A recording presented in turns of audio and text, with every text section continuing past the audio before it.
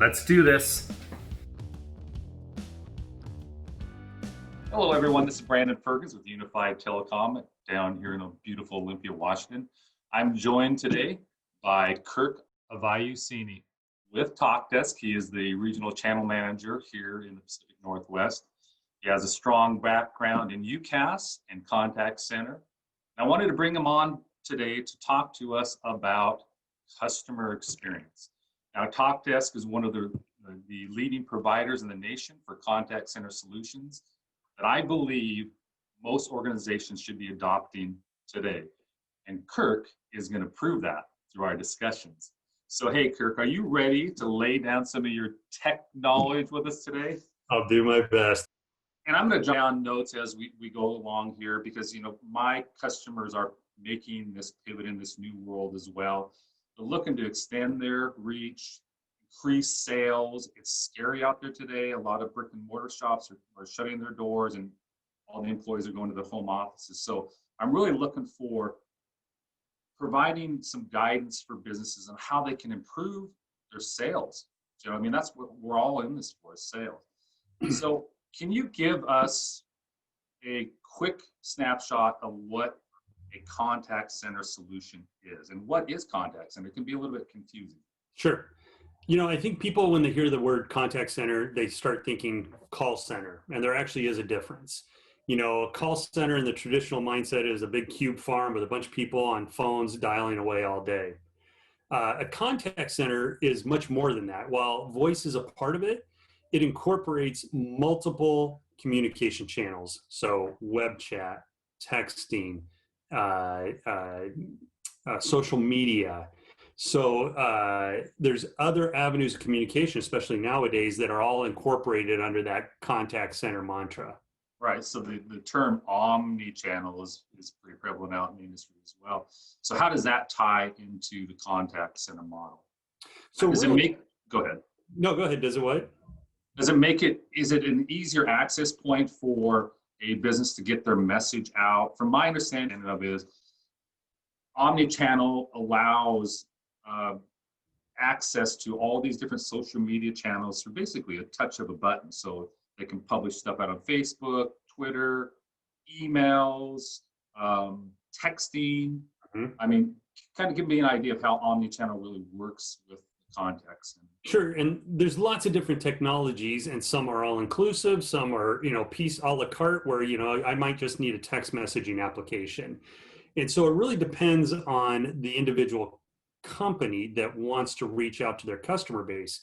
So kind of going backwards here, in my opinion, anyone who has a customer base, whether it's B2B or B2C or internal, an HR department supporting internal, employees or whatnot, any of those examples, that's kind of a contact center. And so people just don't think of it in those terms. And so being able to communicate with those customers in the method that is most efficient for them is imperative nowadays. Whereas Right. Some people want to text, some people want to do a web chat, some people want to talk to you, so if you have all those avenues of communication open, it's going to give you a much broader reach, and it builds a lot on the customer experience. So in our industry, the buzzword is CX, customer Mm-hmm. experience. So contact center is kind of the center to that overall experience for customers. So give me an idea of what customer experience is and why I believe, and I know you believe this too, businesses should start adopting a customer experience model today. Absolutely. Two brands that come to mind immediately, that when you hear these brands, you immediately think customer service or brand loyalty. Nordstrom, especially up here in the Northwest. You say the Nordstrom name, everyone immediately knows that they have a very loyal customer base, and they're not cheap. They're higher end products, and the customer experience or customer service is phenomenal. So people go back to them over and over and over again. Another one, and this is probably more global, the motorcycle behind you, Harley. Yeah. You don't see Harley guys with their leathers riding Suzukis. There's a reason for that. That's right. they're very dedicated to the brand, and so getting that sort of fanatical following from your customer base is the goal, I think, of any company, because not only are you retaining customers, but they're out there preaching for you. They're wearing your gear, they're wearing, they're buying your products, and they're promoting your company without ever having to do. You're not spending any money on that, so Right, that's invaluable. right. So, I've jotted down here, people like to go with like top fives or top 10. So give me your top 5 reasons you believe a business should consider a contact center application. And, what are they going to, what's the benefit to an organization to do that? So, top five overall, I think the benefit is more sales. Everybody wants more sales. And how do you accomplish that? You can always go out and gain new customers, but again, if you build that customer experience to the point where you're getting return customers, that's again, it's invaluable. That's what everybody's reaching for. So, two of the things I've already mentioned: brand loyalty and building your brand, getting that idea of that Nordstrom mentality that people are thinking about your company. And then on the side that people don't often think about is building that loyalty from your own employees. So your contact center folks that are in the whether they're working from home or in an office, making their experience on the job as pleasurable and easy as possible is going to save you money as well. It makes them more efficient. It makes them happier with their job. You're going to get more longevity because, in the contact center or call center world, the most expensive part of it is the actual butts in the seats. It costs money to hire, train, and keep employees on. And if you can't keep them on long term, you're losing money. So the easier and more efficient they are, easier it is for them to be efficient. Not only are you going to make them happy, but you're going to make your customers happy as well. You'll get more work out of them. And then there's other technologies that you can implement to even offset some of that cost. And then lastly, and I think this is as important, or the most important thing is, if you're not doing it, your competition is, and they're going to take Absolutely. it from you. Yeah. So, I hate to say keeping up with the Joneses, but it's definitely part of the problem. So how has Domino's used it to their advantage? I mean, they're obviously using this customer experience model. I know they're using omni-channel. So how are they using it to their advantage? Yeah, and I'm seeing this and I use pizza a lot because I tend to buy a lot of pizza and I get a lot of text messages from different pizza providers. But, using it from a marketing perspective, I get text messages every week. Hey, here's today's promo, or, you haven't ordered in a while, we're doing this. And it works. I get that text, and that day I might not want to cook. All right, let's order a pizza tonight. Me and my son, eat lots of pizza. Yeah. So not to mention supporting their customer base, whether it's a franchise, where they have inbound calls or communications coming from their franchises, and they've got to support them with product or marketing or what have you. Being able to communicate with those franchisees is a lot easier when you have an omni-channel type of setting.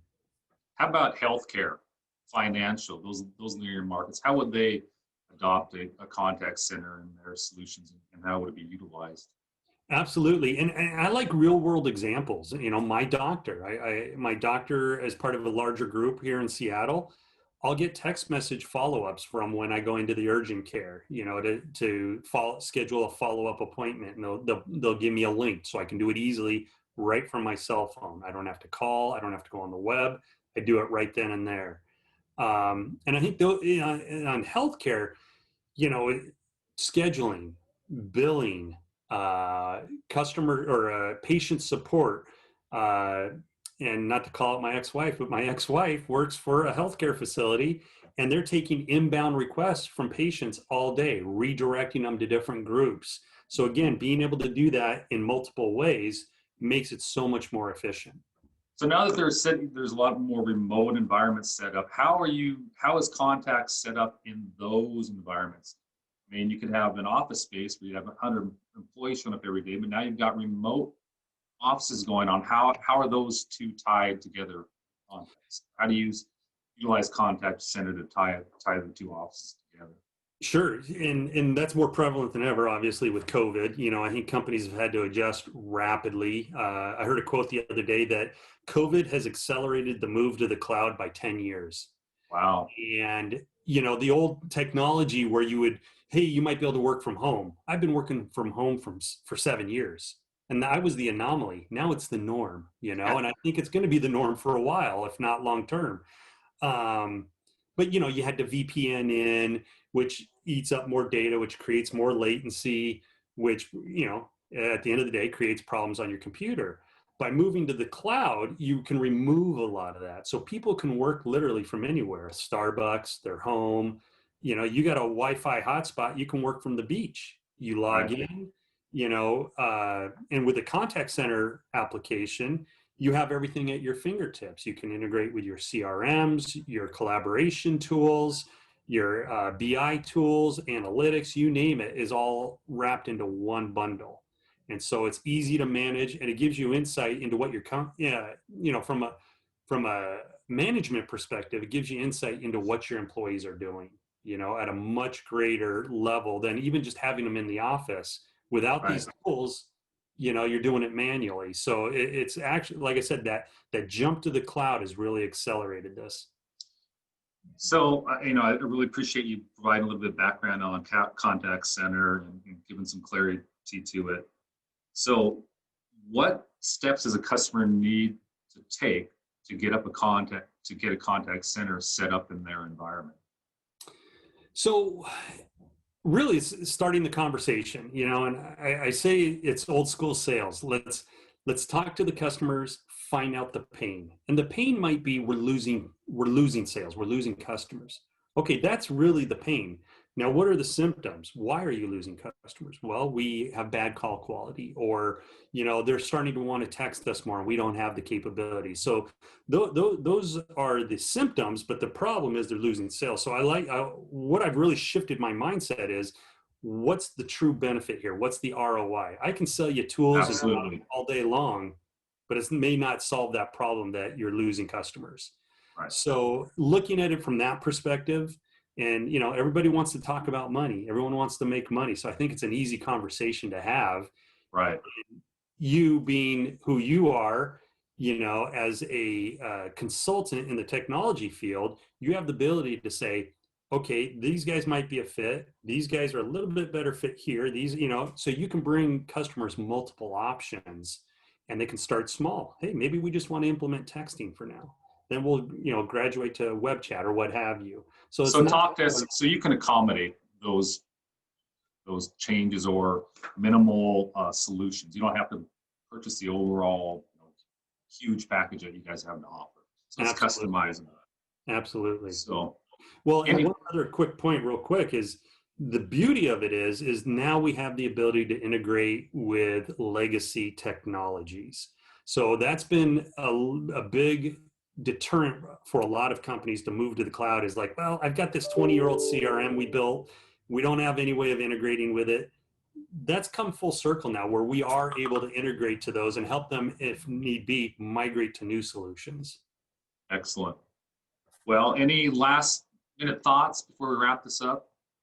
It's start the conversation. Let's talk about how we can truly improve your business, save money, make more efficient and happier employees, and therefore build that overall CX or customer experience. Because at the end of the day, we hear about it all the time with what's not Moss scores. I'm thinking technology now. You know what I'm talking about? Like Yeah. Southwest has a very high customer satisfaction score. Right. So raising that customer satisfaction score. I go to certain companies because I love the way I'm treated. That's Absolutely. what we want as consumers. So if you can improve that as your company, you're going to be successful. Right. Well, Kirk, I appreciate you getting on today. And if anybody out there would like to do a deeper dive with myself and Kirk, feel free to reach out to me via email, or you can reach me at 360-528-3000. Once again, Brandon Ferguson with Unified Telecom, Kirk Avayusini with TalkThis. Thanks, Kirk. Thanks, Brandon. Take care. Take care. Once again, thanks for stopping by our channel. If you found this video helpful at all, please give it a like, a comment, or subscribe below. It would be very much appreciated. Once again, this is Brandon Fergus with Unified Telecom. Thanks for watching.